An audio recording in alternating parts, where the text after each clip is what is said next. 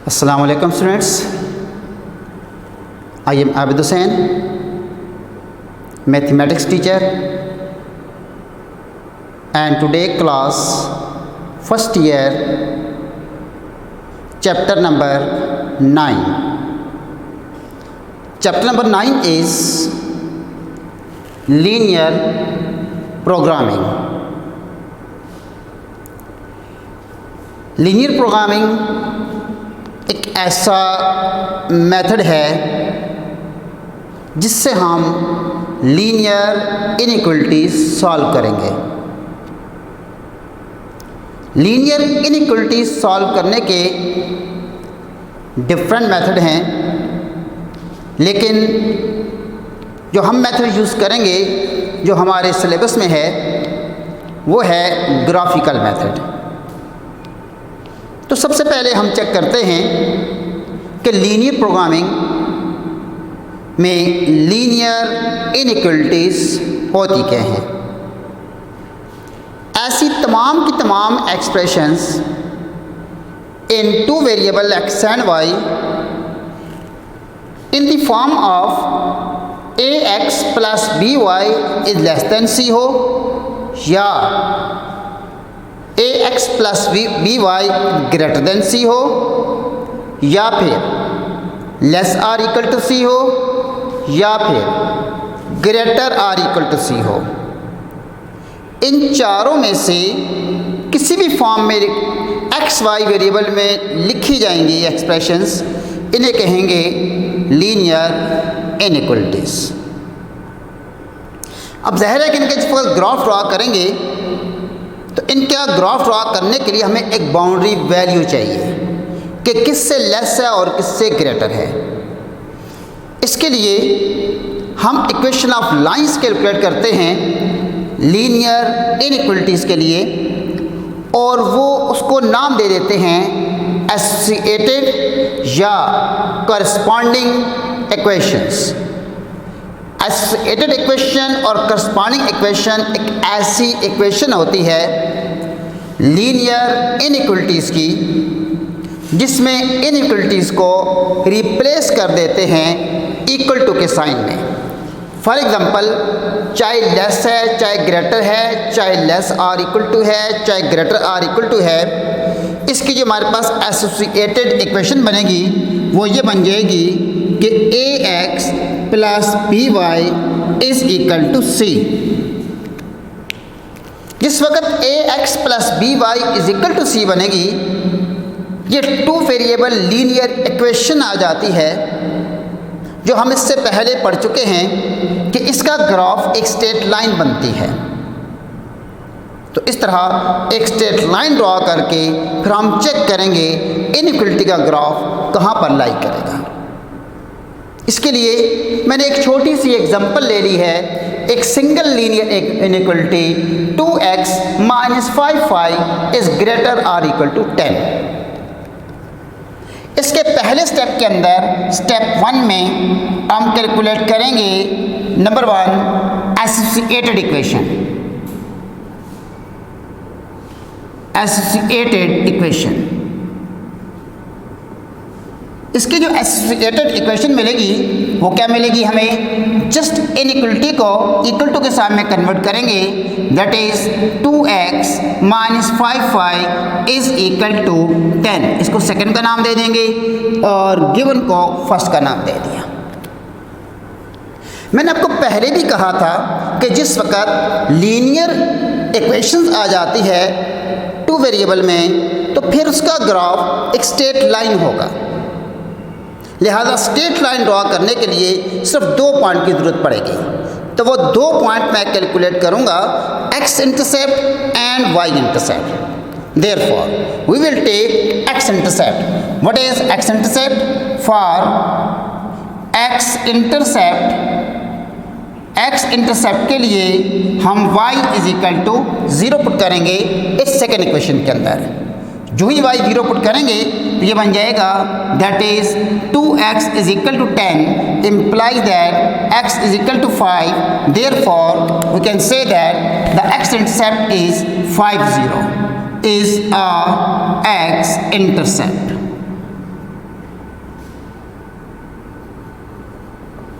Next हम लेंगे y intercept. For y intercept के लिए हम x is equal to 0 put करेंगे। इसी सेकेंड इक्वेशन के अंदर ये मिल जाएगा -5y इज इक्वल टू 10, -5 से डिवाइड करेंगे तो y इज इक्वल टू -2 आ जाएगा। इस तरह हमारे पास y इंटरसेप्ट मिल जाएगा 0 and -2 is a y intercept. y intercept आ गया 0 एंड -2। इसके बाद x इंटरसेप्ट और y इंटरसेप्ट की मदद से हम ग्राफ ड्रा करेंगे। ग्राफ इसका क्या होगा, जस्ट एक स्ट्रेट लाइन होगी। इसका ग्राफ ड्रा करने के लिए हमने प्लेन ले लिया, एक x एक्सिस आ गया और ये y एक्सिस आ गया। ये आ गया x प्राइम और ये आ जाएगा y prime. x intercept 5 0, x is equal to 5 and y is equal to 0। ये पॉइंट लाई करेगा 1 2 3 4 and 5। This point is 5 and 0। फिर y intercept lies on the y axis, क्योंकि y नेगेटिव है तो 0 -2 1 and 2। This point in -2 that is 0 and -2 and which is the origin. इन point को आपस में मिला देंगे। ये आपने मिला दिया। ये जो हमारे पास लाइन बनी है ये एसोसिएटेड लाइन का ग्राफ बना है।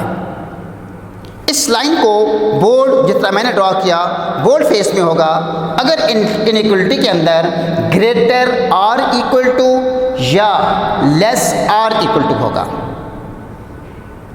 अगर साइन लेस देन या ग्रेटर देन होगा तो फिर ये लाइन इस तरह बोल्ड नहीं होगी। उसके लिए फिर इस तरह डॉट डॉट में लाइन ड्रॉ करेंगे अगर आपके पास इक्वल टू का साइन इनइक्वलिटी में नहीं होगा तो।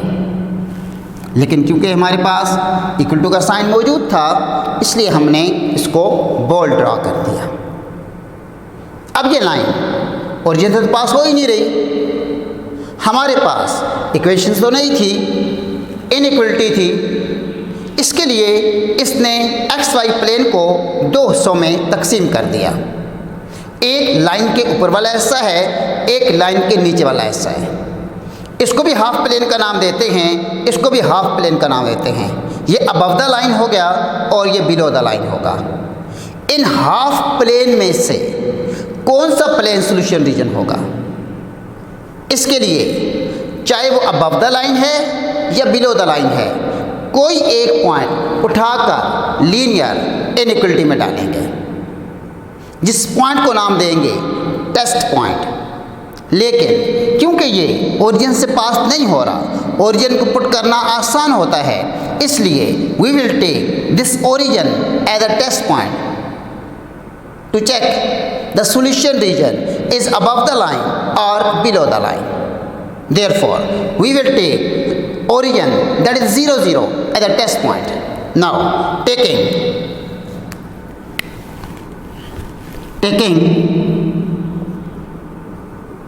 that 0 0 as a test point.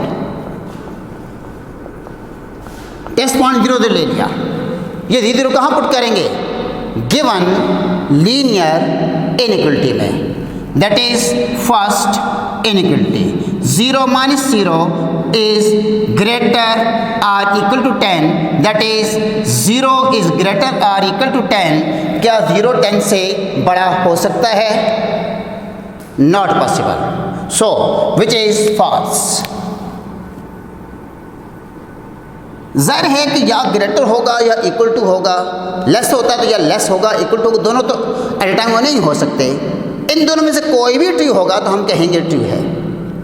अब ये ग्रेटर देन नहीं है, फॉल्स हो गई, लिहाजा हमारे पास ये जो ओरिजिन था जो कि लाइन से ऊपर लाई करता था, इनमें से एक पॉइंट अगर इनइक्वलिटी को सेटिस्फाई नहीं कर रहा, लिहाजा इस साइड पे पूरे के पूरे पॉइंट जितने भी होंगे वो सेटिस्फाई नहीं करेंगे। फिर करेंगे कौन से, इस टेस्ट पॉइंट की अपोजिट साइड। क्या मतलब, सॉल्यूशन रीजन एक ऐसा हाफ प्लेन होगा इस लीनियर इनइक्वलिटीज़ का जहाँ पर ये टेस्ट पॉइंट लाई नहीं करेगा। Therefore, the solution region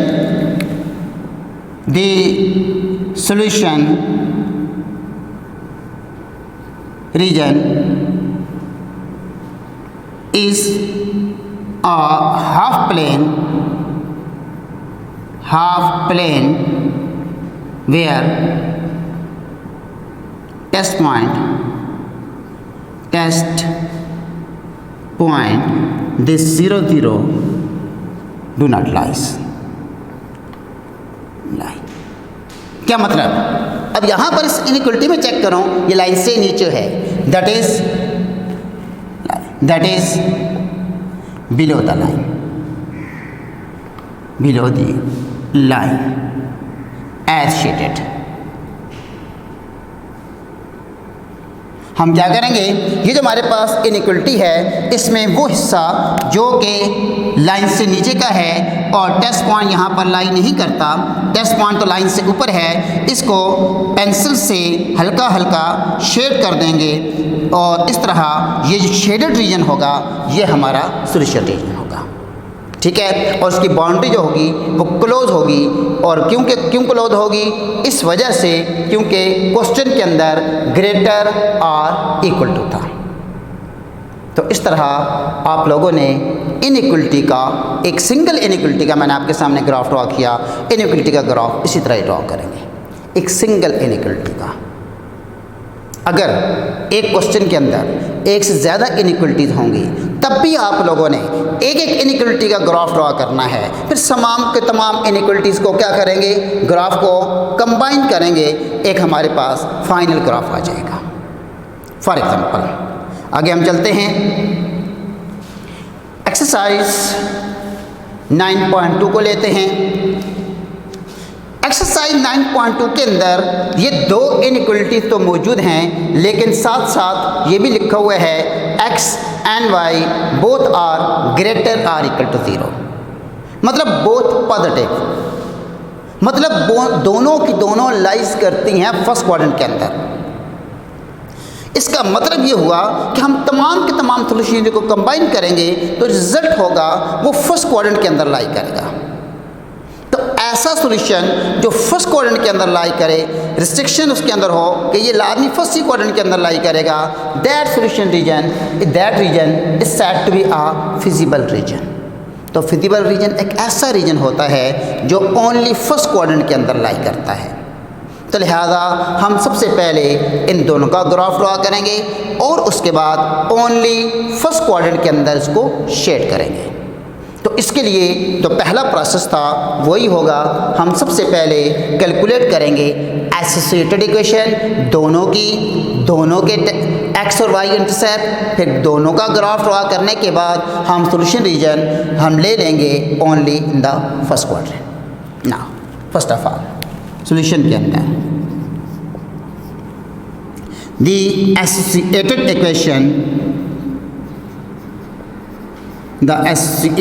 equation of first, ये हमारे पास आ जाती है, that is 2x plus y is less or equal to 6 is equal to 6. अब क्या करेंगे, हम इंटरसेप्ट कैलकुलेट करेंगे. नाउ x इंटरसेप्ट के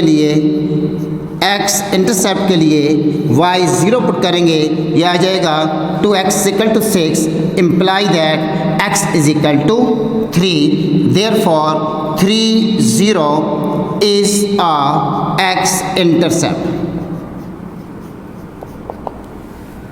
फिर y इंटरसेप्ट के लिए इसी तरह जिस तरह आपने y इक्वल टू 0 पुट किया x इंटरसेप्ट के लिए, तो y इंटरसेप्ट के लिए आप x 0 पुट करेंगे. फॉर y इंटरसेप्ट के लिए आप लोगों ने x इक्वल टू 0 पुट किया तो y इक्वल टू क्या आ गया, डायरेक्ट 6 आ गया. x 0 पुट करो तो y क्या आ जाता है, 6 आ जाता है. This imply that 0 6 is a y intercept. 0 6 आ गया y इंटरसेप्ट. फिर हम सेकेंड इनइक्वलिटी लेंगे जो कि 4x plus y is equal to 8 है. Again the associated equation the associated equation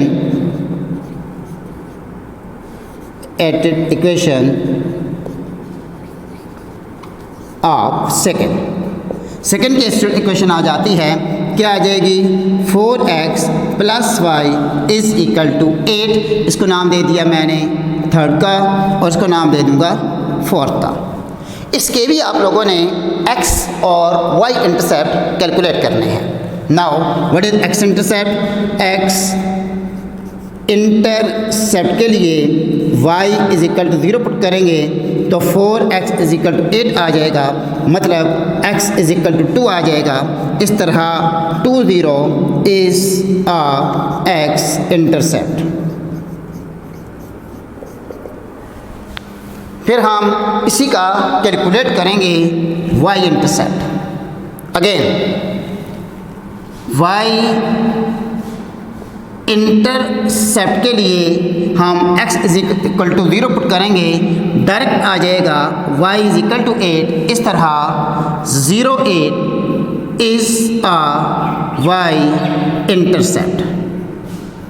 0 8 हमारे पास बन जाएगा y इंटरसेप्ट।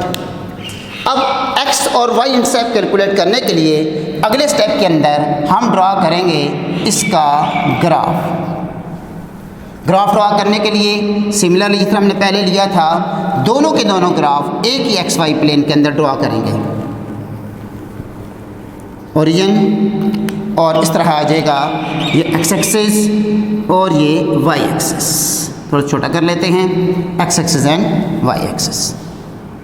अच्छा जी, अब सबसे पहले फर्स्ट लाइन को लेंगे। इसके x इंटरसेप्ट हमारे पास आ जाता है 30 और y इंटरसेप्ट 0 6। फर्स्ट लाइन में x intercept 30, x is equal to 3 1 2 and 3।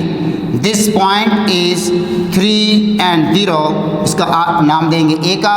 1 2 3 4 5 and 6। This point is 0 6, इसका नाम दे देंगे इसको b का। इनको आपस में क्या करेंगे, मिला देंगे। ये हमारे पास एक फर्स्ट लाइन आ जाती है, इसको फर्स्ट लाइन का नाम दे देंगे। फिर दूसरी का x इंटरसेप्ट आ जाता है 2 0, इसका x इंटरसेप्ट दूसरी लाइन का ये पॉइंट आ जाता है 2 0, इसको c का नाम दे देंगे। और y इंटरसेप्ट आ जाएगा 0 8, तो 0 8 के लिए ये थोड़ा सा ऊपर चला जाएगा, ये इस तरह आ जाएगा। और 0 8 पॉइंट आ जाता है, ये 6 है, ये आ जाएगा। दिस पॉइंट इज 0 8, इसको d का नाम दे देते हैं। और इन पॉइंट को भी आपस में क्या कर देंगे, मिला देंगे। ये हमारे पास सेकंड ग्राफ हो जाता है। अब ये दोनों के दोनों जो लाइन हैं, ये सेकंड आ गया। ये दोनों की दोनों ओरिजिन से पास नहीं हो रही, लिहाजा दोनों के लिए हम जो टेस्ट पॉइंट लेंगे वो क्या ले लेंगे, ओरिजिन ले लेंगे। Now taking origin as a test point, taking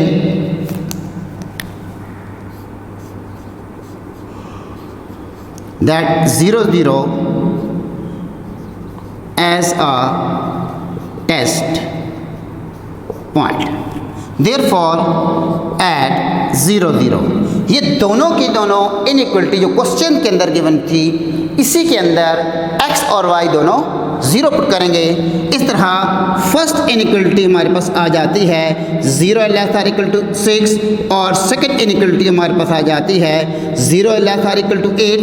दोनों को चेक करें, दोनों की दोनों 6 से या 8 से लेसिंग हैं। ये भी हमारे पास एक ट्रू स्टेटमेंट आ जाती है, ये भी हमारे पास एक ट्रू स्टेटमेंट आ जाती है, दोनों ट्रू हैं।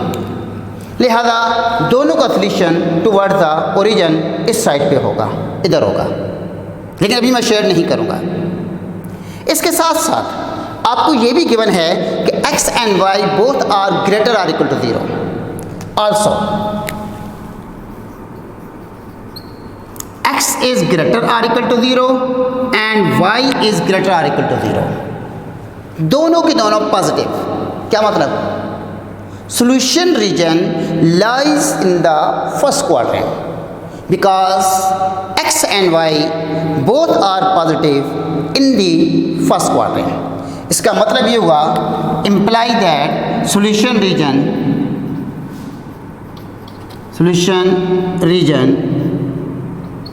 lies in the first quadrant।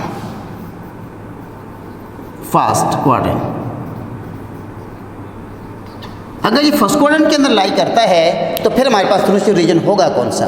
अब देखें जी, इसका भी solution region toward the origin है, इसका भी solution region toward the origin है, लेकिन सेकेंड, थर्ड या फोर्थ में नहीं जाएगा, ओनली फर्स्ट के अंदर रहेगा। अगर फर्स्ट के अंदर रहेगा तो ये इन तमाम का कंबाइंड सॉल्यूशन रीजन आ जाएगा। ये कंबाइंड सॉल्यूशन रीजन आ गया, जिसको मैंने शेड कर दिया। इस पॉइंट को ओ का नाम दे देते हैं, इस पॉइंट को सी का और इसको डी का। ओ सी बी ये हमारे पास ये जो क्लोज रीजन बन रहा है ये इसका सॉल्यूशन रीजन है। दरमियान में ये वाला पॉइंट इसको मैं ई का नाम दे देता हूँ, इसके कोई भी कोऑर्डिनेट्स होंगे।